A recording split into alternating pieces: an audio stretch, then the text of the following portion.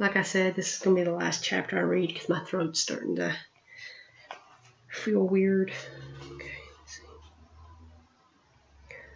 see. Her breathing quickened, and he noticed. She knew he noticed. She saw it in his eyes, and she almost thought he could hear her heartbeat speeding up too. I heard your voice in my mind, as clearly as if you were standing beside me, speaking to me. He nodded.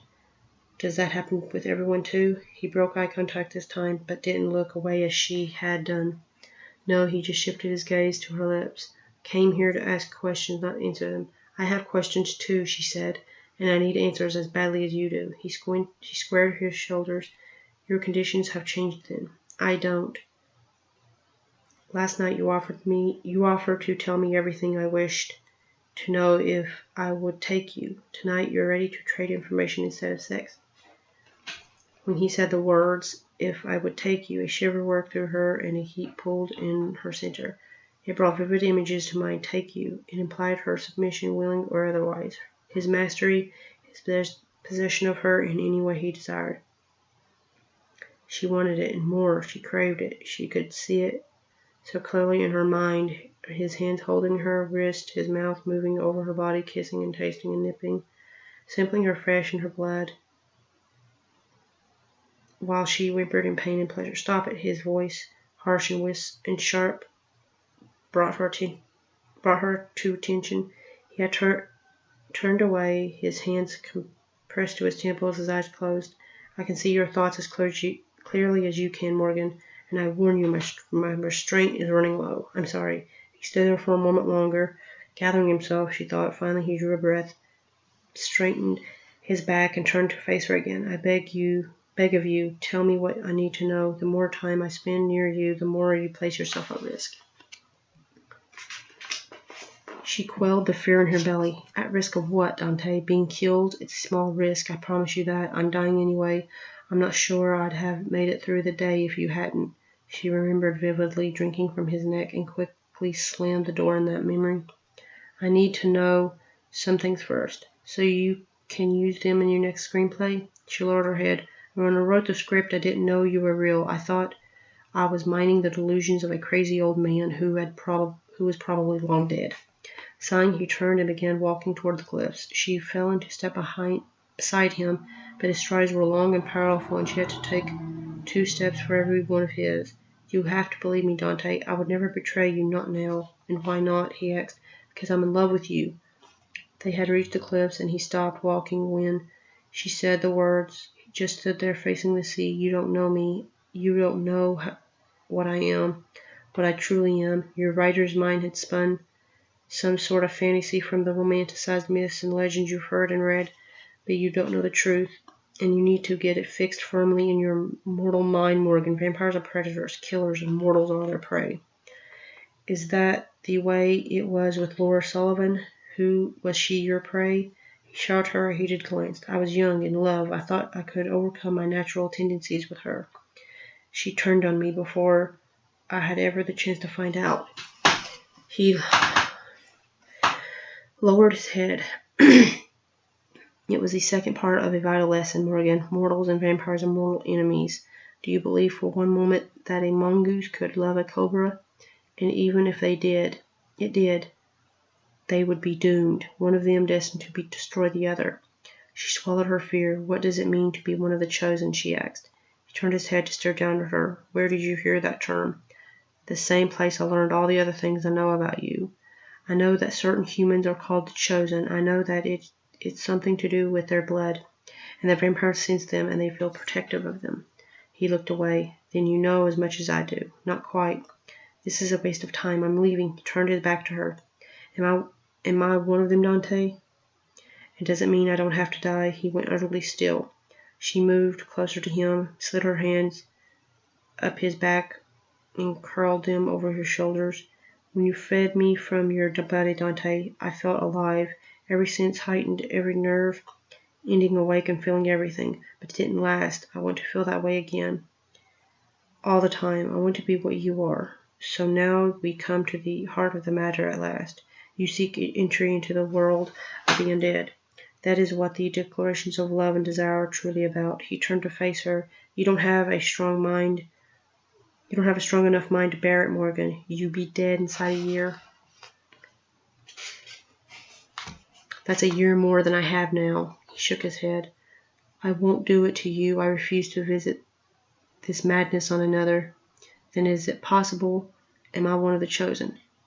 He pushed a hand through his hair in frustration. Yes. Damn it, yes. You carry the belladonna antigen in your blood. You are one of the chosen. It's why you're wasting away so soon. You're cast too. She nodded, processing the information, reviewing the tale she had read in her mind. He would be far less likely, his evil aunt had told him, to harm one of the chosen. How's it done? His eyes gleamed softly in the night. He was angry at her for forcing this, and yet aroused at the prospect. He danced over her throat. I sink my teeth deep into your lily-white throat, Morgan, and I suck the very lifeblood from you. Gorge myself on you until you hover on the very brink of death. If I take a little too much, you die. You lie there, hovering between life and death, until I decide to feed you from me. If you have enough strength remaining in your drink, then you do. You drink from my veins, you swallow my curse. The wind blew harder from the sea, and that's all. You sleep, you wake, you feed, and it's complete.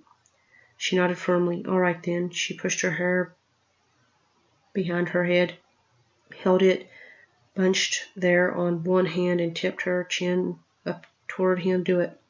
He looked down at her, a feral gleam in his eyes, tracing the back of his forefinger over her throat. He growled very softly, like an animal in the night. Yes, you want to. You know you do, she whispered. His breath came harsh and raspy, but she felt him fighting her, fighting his hunger and his desire. And then she remembered what she'd read, how closely the hunger for blood and sexual desire were linked.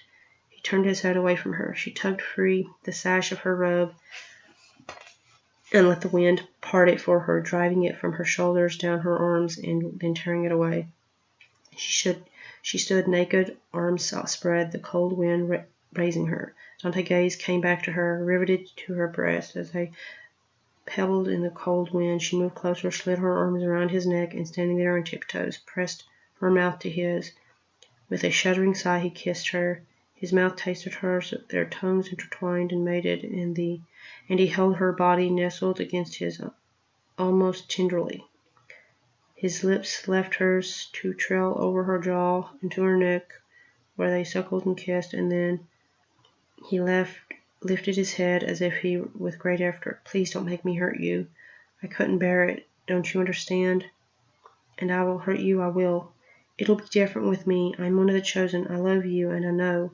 You won't hurt me, Dante. You couldn't stop me. I have nothing to lose.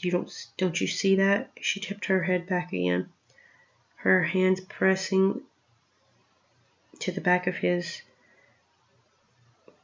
until he shivered and let her push him lower. His lips brushed her flesh. He groaned softly. Please, Dante, please.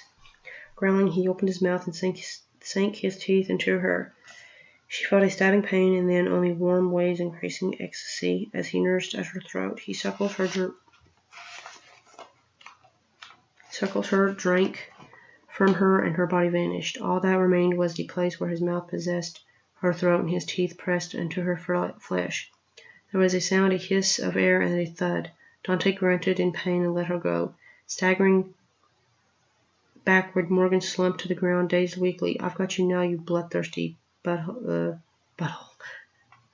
Some words I will not say. A voice shouted. Morgan looked up and saw a rod embedded in Dante's shoulder, blood oozing from around the wound. Then her gaze shot the other way, and she spotted the scarred man running toward them, a crossbow in his hand. Morgan. I'm fine. Run, Dante. Go now. He did, vanishing in a single burst of movement over the edge of the cliff. When he jumped, Morgan screamed from sheer instinct. And then the hunter was kneeling beside her, looking over the edge in search of his quarry. She looked too, but Dante was nowhere to be found. She pushed herself onto her knees, swung a weak blow at the man. Damn you, what the hell is wrong with you? The man looked at her. His gaze moved down her naked body in the darkness. Damn him. He looked so much as he wanted. He looked as much as he wanted. Getting to her feet, weak and dizzy, but determined not to show it, she looked around and found her robe hanging from the gnarled branches of the generic apple tree. She walked unsteadily toward it, snatched it free, and tugged it on. "I just saved your life, you know," the man shouted, hurrying after her. "You shot my boyfriend and probably killed him," she snapped. "I'm calling the police." "You're not calling anybody." He gripped her shoulders and spun her around. She clutched the rope tight around her, and especially the white part around the neck. "Not until you let me have a look at your throat, anyway." You had a look at everything back there," she replied. "Should have looked your fill while you had the chance, because you won't get another. He was drinking from you. You were letting him."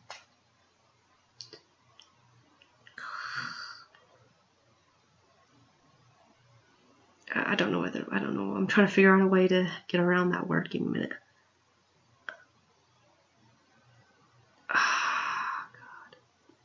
I'll say blood whore, but I'm not saying the other word.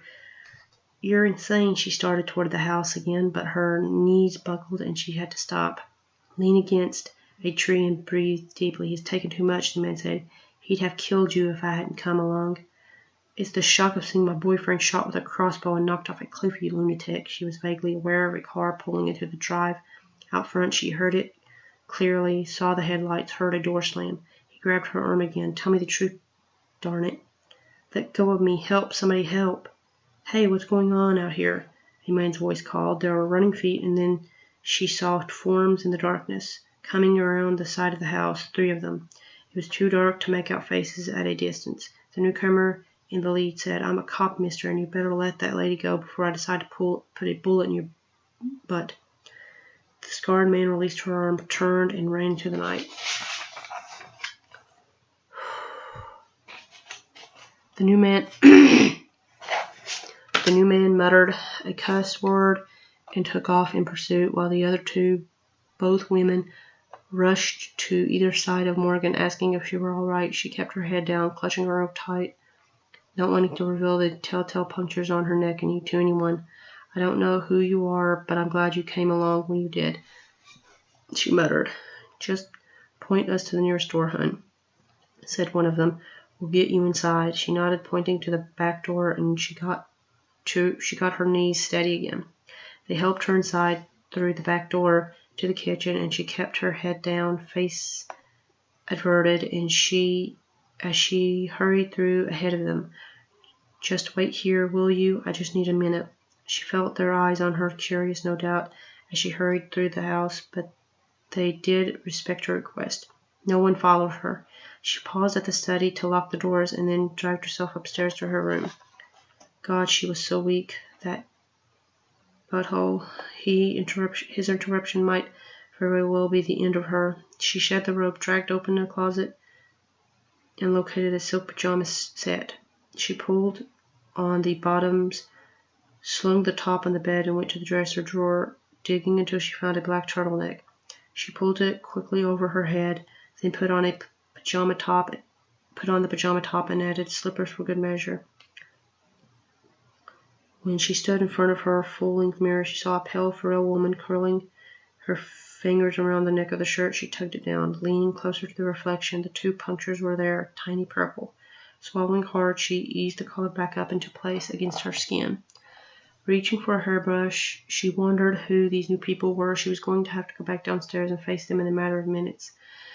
How, when she could barely stand upright. Oh man, my back is starting to kill me in this chair. She would manage. God, where was Dante? He'd vanished over the cliff, but had never hit the water. She was certain she would have heard the splash if he had. What then? God, was he all right?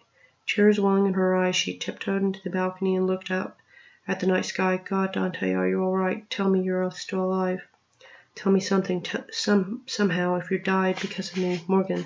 His voice came clearly in her mind, and with it was a bolt of pain that was nearly blinding. She pressed her hand to her head, dropping to her knees. I'll come to you again.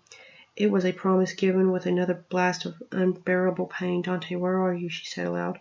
Let me help you. Let me do something. But there was no reply, nothing. She knew he wouldn't say more, because when he sent his thoughts to her, he sent his agony too. God, that they could be disconnected. Ah, but he had drunk deeply from her tonight. That might have something to do with it. I love you, Dante, she whispered. I swear I didn't know that man was coming. I swear it. And I'll kill him myself to protect you. I will. She had to prove it, though. She knew that. God, what he must be thinking. That she had planned this, set him up for the animal to shoot down. Tears rolled down her cheeks. She had backed inside, but left the doors open so he could return to her if he were able. And then she turned, squared her shoulders, and went to face the strangers downstairs. Now my voice hurts so bad. My throat. Okay, that's going to be all for right now. I don't even know how many chapters I just read. I'm going to have to look at the first video just to see what chapter I started out on. Bye. Okay, I'll see you guys later. Bye.